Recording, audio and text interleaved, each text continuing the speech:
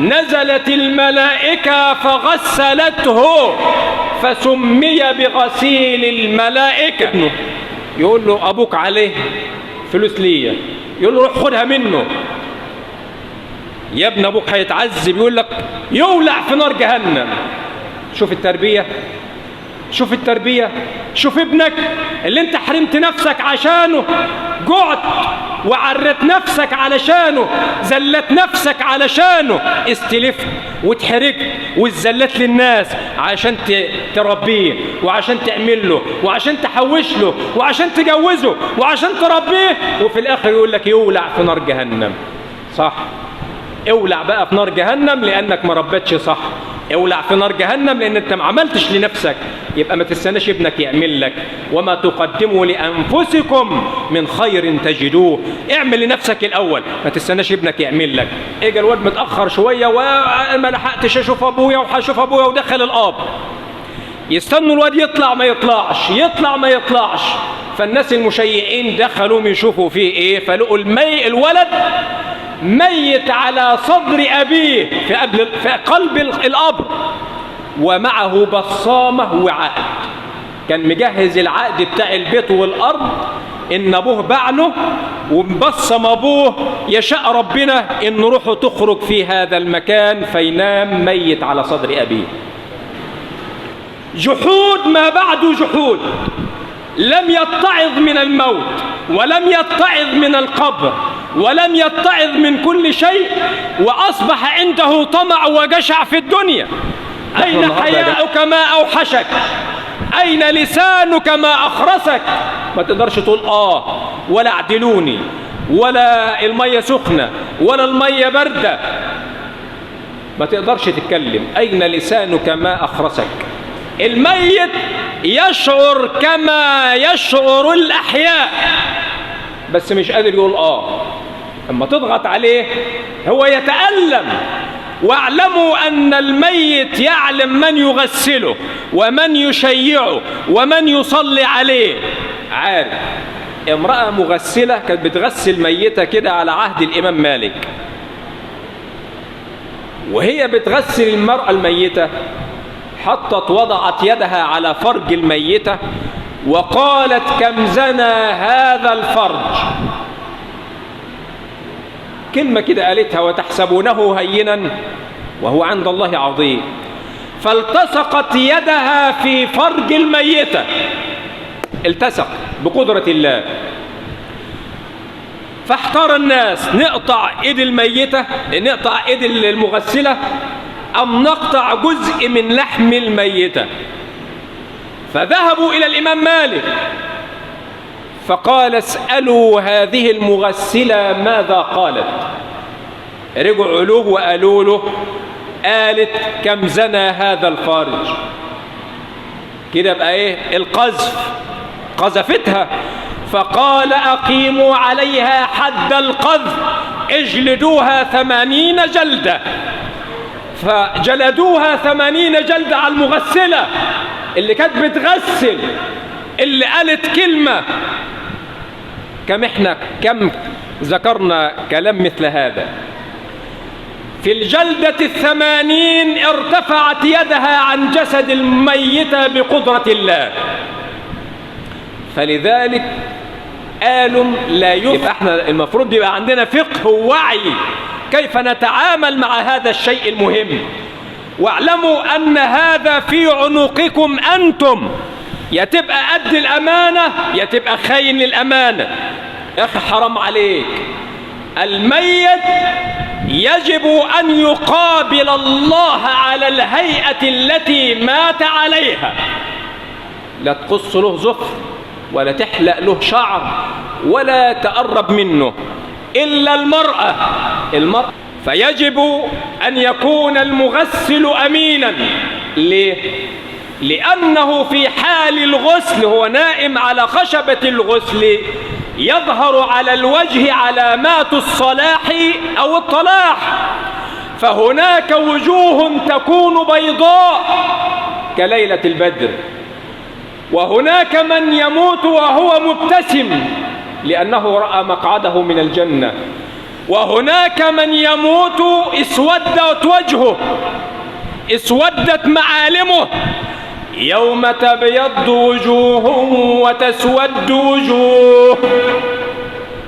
واعلموا أن كل الذين غسلوا جردوا من ثيابهم إلا رسول الله صلى الله عليه وسلم. واعلموا أن كل الذين ماتوا غسلوا إلا 3، وفي رواية إلا 2. سيدنا آدم لما مات نزلت الملائكة فغسلته وكفنته وصلت عليه ودفنته وقالت: هذه سنتكم يا بني آدم.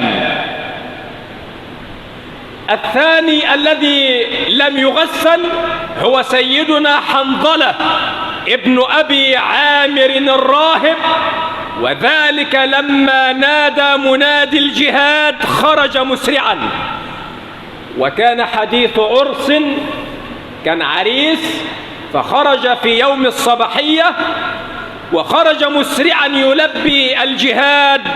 فلما استشهد قال النبي صلى الله عليه وسلم: نزلت الملائكة فغسلته فسمي بغسيل الملائكة. يبقى الأول سيدنا آدم غسلته الملائكة، الثاني سيدنا حنظلة غسلته الملائكة، الثالث والحديث رواه الحاكم أن النبي صلى الله عليه وسلم قال بأن الملائكة غسلت حنظلة ابن أبي عامر وحمزة بن عبد المطلب لما استشهد في غزوة أحد. واعلموا أن كل الذين غسلوا جردوا من ثيابهم إلا رسول الله صلى الله عليه وسلم، وذلك لما مات، وكان ذلك في يوم الاثنين بعد صلاة الفجر تقريبا في 6 أو 7، الساعة 6 أو 7. لما مات تقول السيدة عائشة، لأنه مات في حجرتها، السيدة عائشة تقول لما مات اختلف الصحابة، قالوا: أنجرد رسول الله من ثيابه كما نجرد موتانا أم نغسله في ثيابه؟ لأنه هو أول نبي للعرب يموت، ليس كأنبياء بني إسرائيل كان يبعث إليهم نبي فيموت ويبعث آخر. أما هذا هو النبي الأوحد، ولم يعرفوا لأنه ليس كأي بشر، فألقى الله عليهم النوم فناموا، فسمعوا صوتا من أقصى الحجرة يقول: لا تجردوا رسول الله من ثيابه، اغسلوه وعليه ثيابه. من الذي غسل النبي صلى الله عليه وسلم؟ علي بن أبي طالب ابن عمه وزوج بنته، والفضل ابن العباس ابن عمه، والعباس بن عبد المطلب عمه،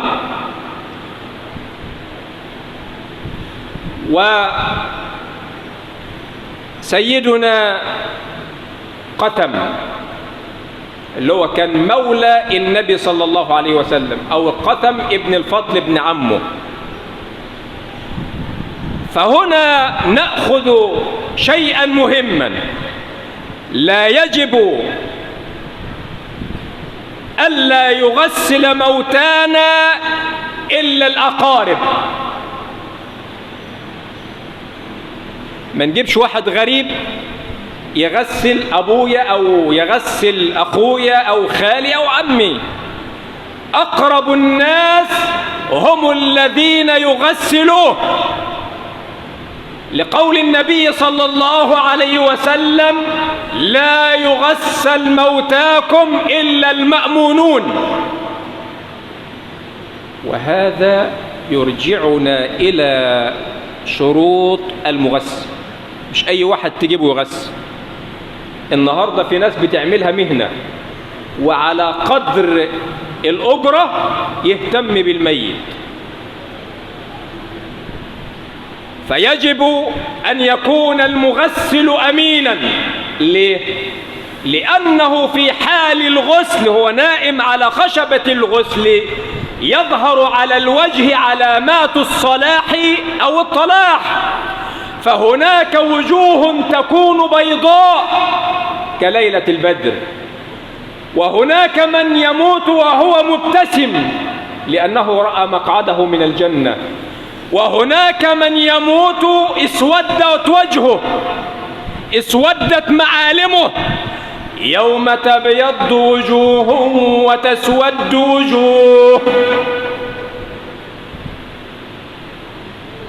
فيجب أن يكون المغسل أمينا، إذا رأى شيئا أن يكتمه لا يذيعه.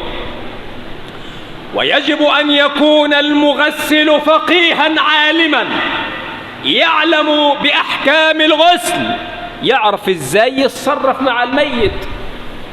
ربما تعرض للميت أشياء، فيجب أن يكون المغسل فقيها عالما. أولا، إذا كان فقيها كان الغسل صحيحا، وهذا هو آخر عهدك بالدنيا. لما يكون في الميت لزقة طبية المفروض تشال. طب إذا كانت اللزقة لا تخرج إلا بالجلد، كيف يتصرف المغسل؟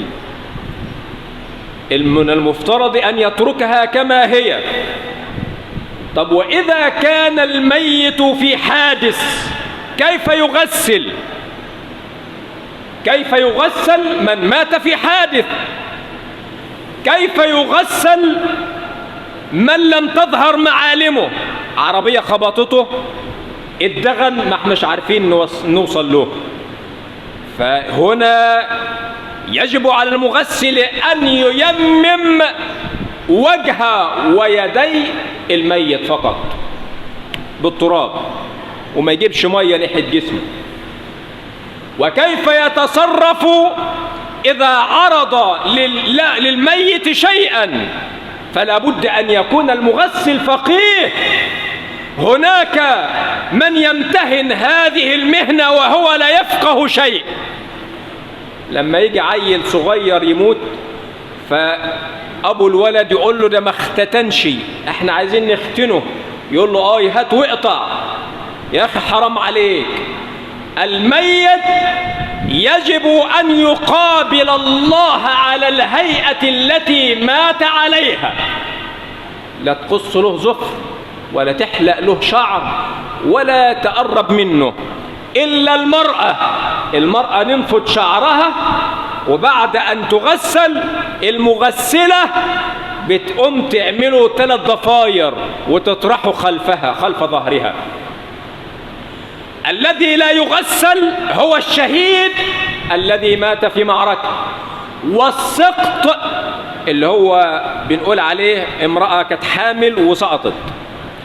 إذا سقط الحمل قبل 4 أشهر لا يغسل، ده إجماع من العلماء. أما إذا سقط الحمل بعد 4 أشهر و10 أيام، يعني بعد أن نفخ فيه الروح، هنا بقى خلاف بين العلماء. بعض العلماء قال يغسل ويعامل معاملة الكبار، وبعض العلماء قال لك لا، إذا نزل استهل السقط صارخا، يعني كانت فيه الروح صرخ صرخة كده وكان في حي وبعد كده مات، هذا يغسل، يجب أن يغسل. أما إذا كان نازل ميت لا يغسل. يبقى احنا المفروض يبقى عندنا فقه ووعي كيف نتعامل مع هذا الشيء المهم. واعلموا أن هذا في عنقكم أنتم، يا تبقى قد الأمانة يا تبقى خاين للأمانة. كيف يسوغ لك أن تقدم أباك أو أخاك تقدمه على الله وهو ناقص الغسل، لم يتم الغسل؟ بعض المغسلين للأسف يغسل أي حاجة كده وأم كفن وشيل وودي. طيب ما احنا واحنا شايلينه لو ما نضفناش بطنه كويس مع الهز والرج بيسقط فضلات من الأمعاء تنجس الكفن، وإحنا نقدمه وندخله القبر وهو على غير طهارة. يبقى هي مش مسؤوليته، ده مسؤوليتنا إحنا. لا يغسل موتاكم إلا المأمونون. وأنا لما أغسل ميت أعرف الثواب بتاعي قد إيه. اسمعوا ماذا قال نبيكم بعد أن تصلوا عليه صلى الله عليه وسلم. قال: من غسل ميتا فكتم عليه أمره أجري أو غفر الله له 40 مرة. ومن حفر قبرا لميت فأسكنه إياه أجري عليه كأجر مسكنه إياه إلى يوم القيامة. ومن كفن ميتا، اشتريت كفن لميت، واحد مسكين أو واحدة مسكينة اشتريت له كفن، ألبسه الله من سندس واستبرق الجنة. يبقى الأجر عظيم والأجر كبير. ويجب على المغسل أن يكون فقيها عالما ورعا لا يقول إلا خيرا. امرأة مغسلة كانت بتغسل ميتة كده على عهد الإمام مالك،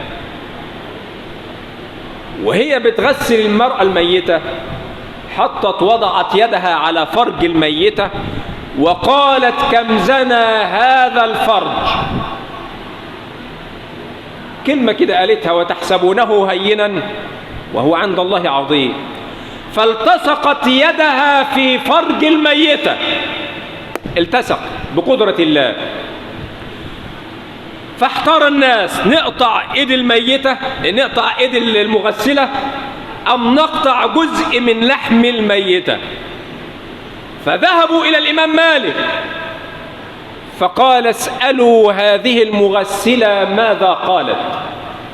رجعوا له وقالوا له: قالت: كم زنى هذا الفارج. كده بقى ايه؟ القذف، قذفتها. فقال: أقيموا عليها حد القذف، اجلدوها 80 جلدة. فجلدوها 80 جلدة على المغسلة اللي كانت بتغسل، اللي قالت كلمة.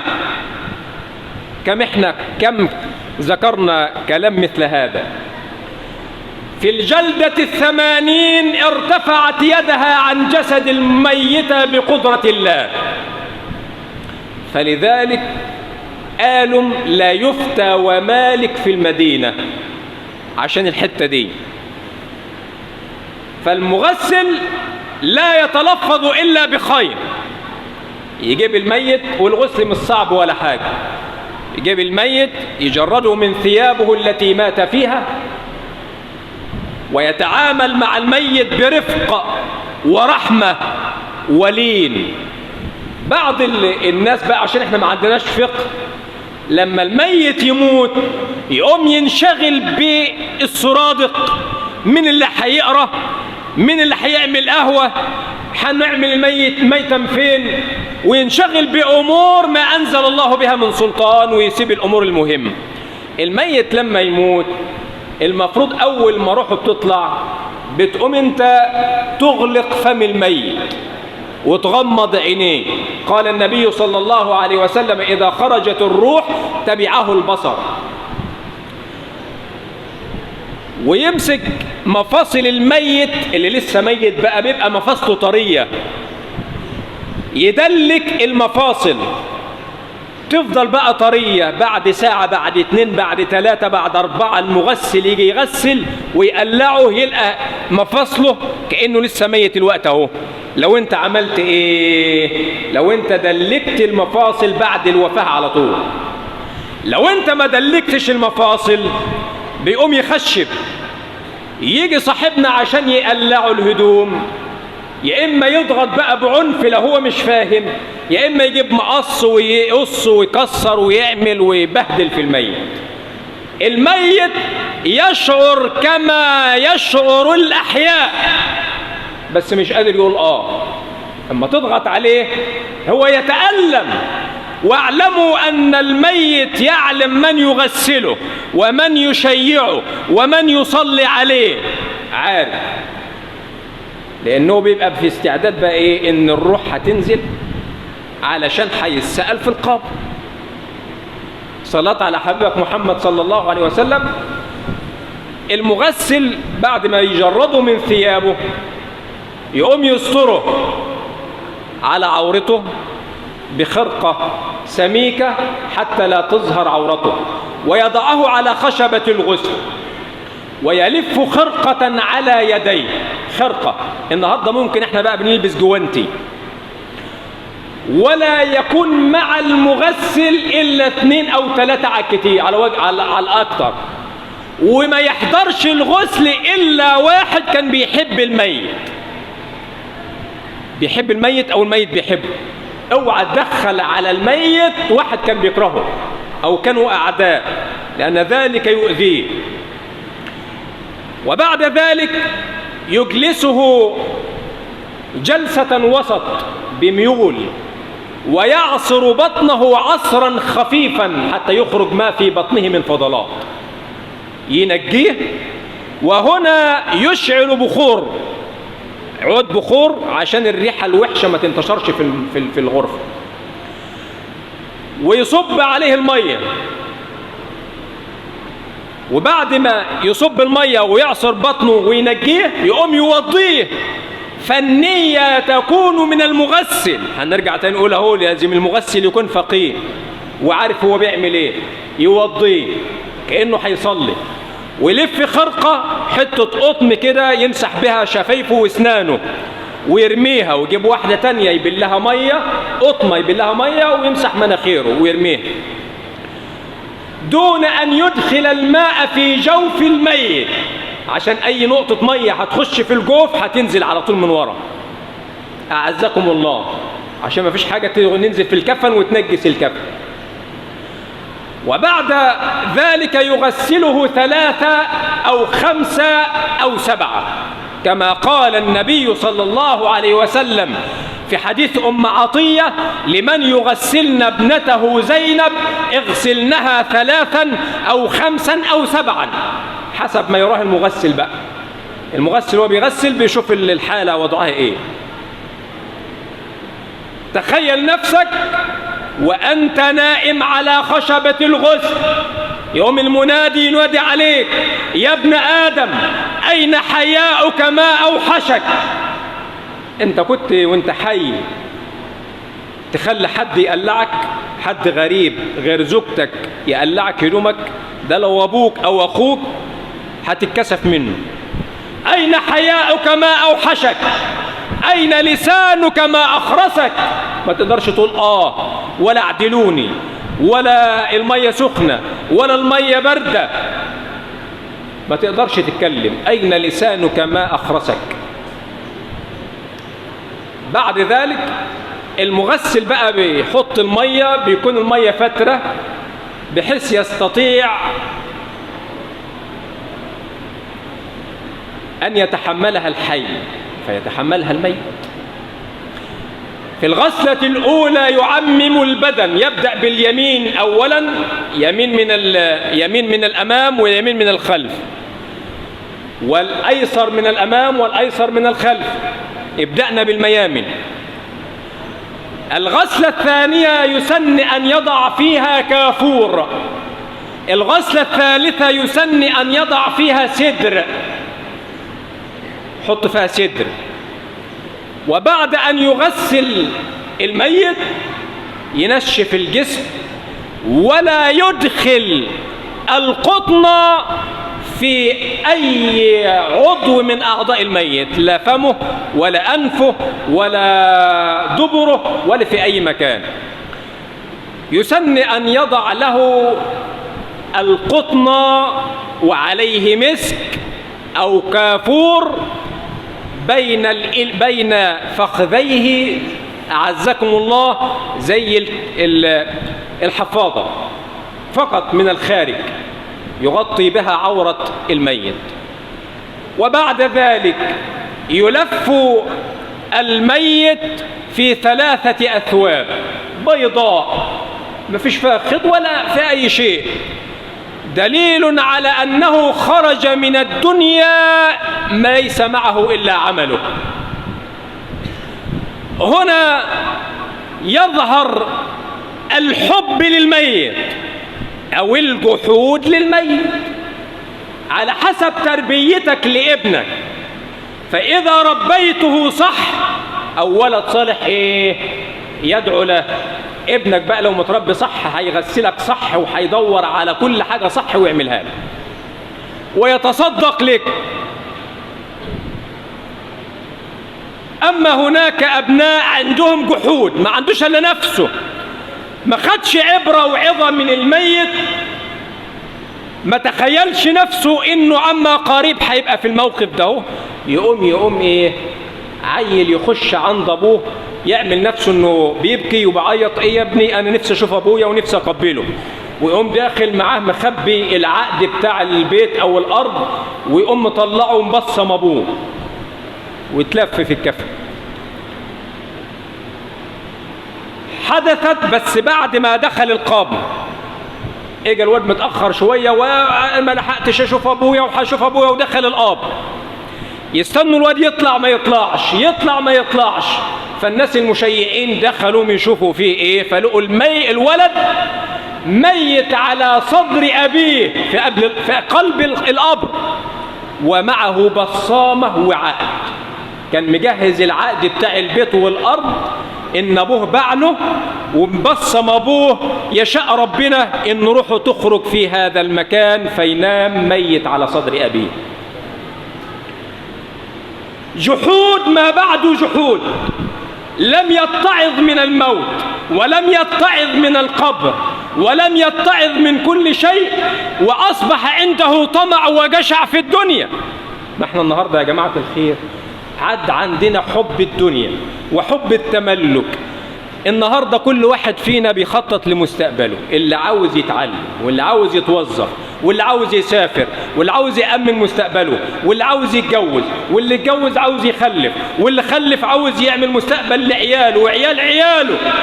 وما فيش واحد فينا فكر يعمر قبره ويطلع صدقة تستناه وتنتظره عند دخول القبر.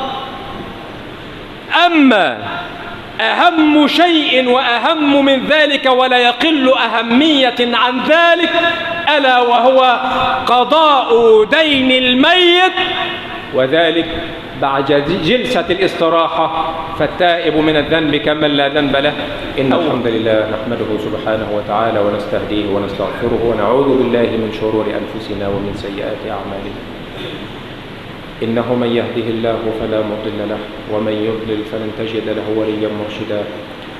وأشهد أن لا إله إلا الله وحده لا شريك له، غافر الذنب لمن قال لا إله إلا الله، قابل التوب ممن قال لا إله إلا الله، شديد العقاب على من لا يقول لا إله إلا الله.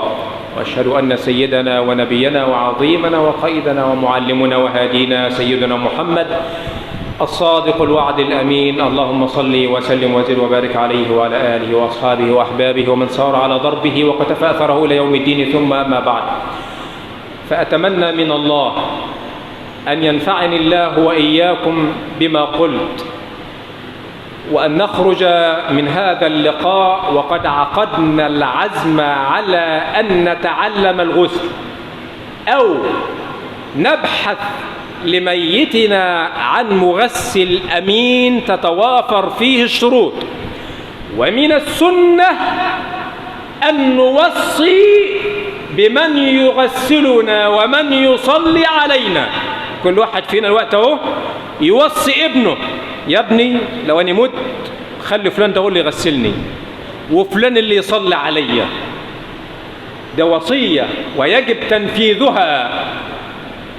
كذلك من الشيء المهم اللي احنا بنطنشه ونغفل عنه ولا نعيه اهتماما هو قضاء دين الميت.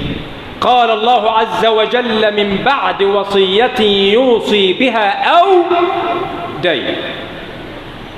وقال النبي صلى الله عليه وسلم: نفس المؤمن معلقة بدينه. يعني ايه نفس الميت معلقة بدينه؟ يعني لن يرى نعيم الجنة ولن يرى رائحة الجنة حتى يقضى عنه ديونه.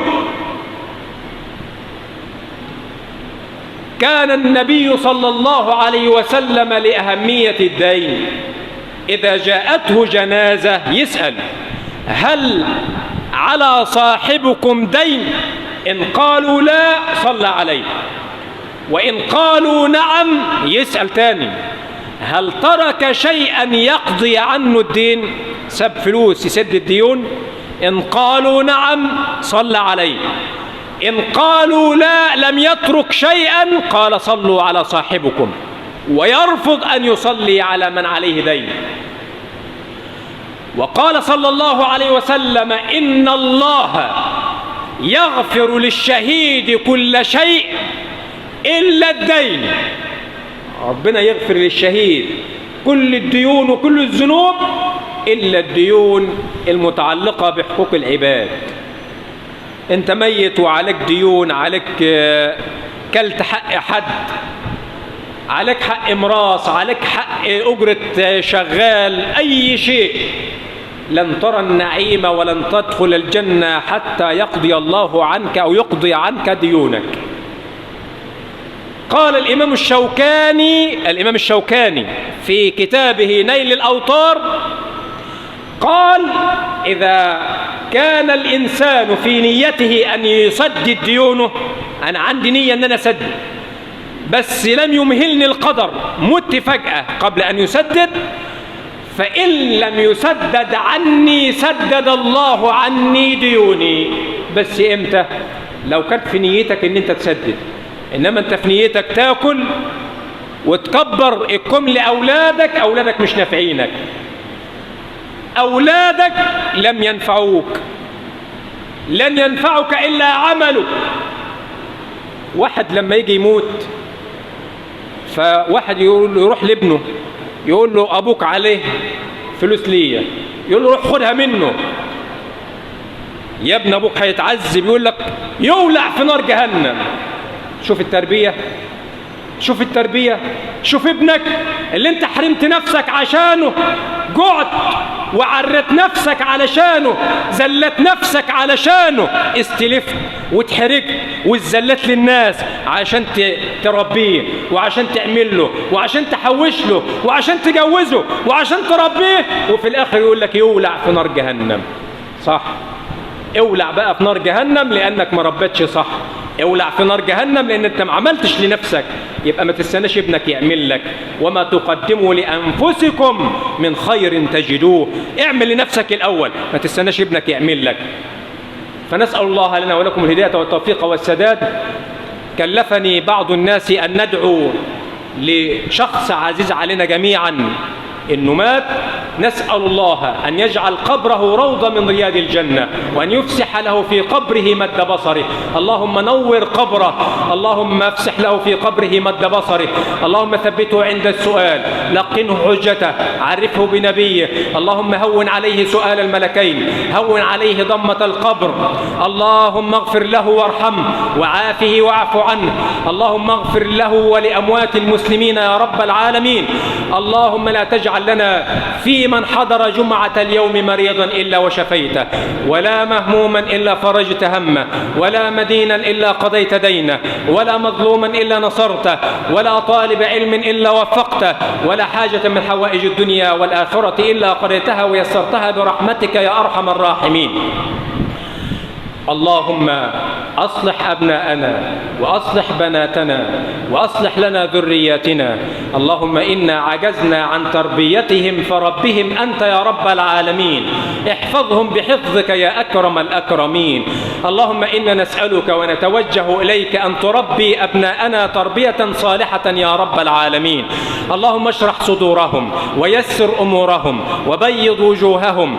اللهم اغفر لنا وارحمنا وعافنا واعف عنا وتجاوز عن سيئاتنا. اللهم ارحمنا إذا ما ورينا في التراب وفارقنا الأهل والأحباب، وارحمنا إذا وقفنا بين يديك للحساب.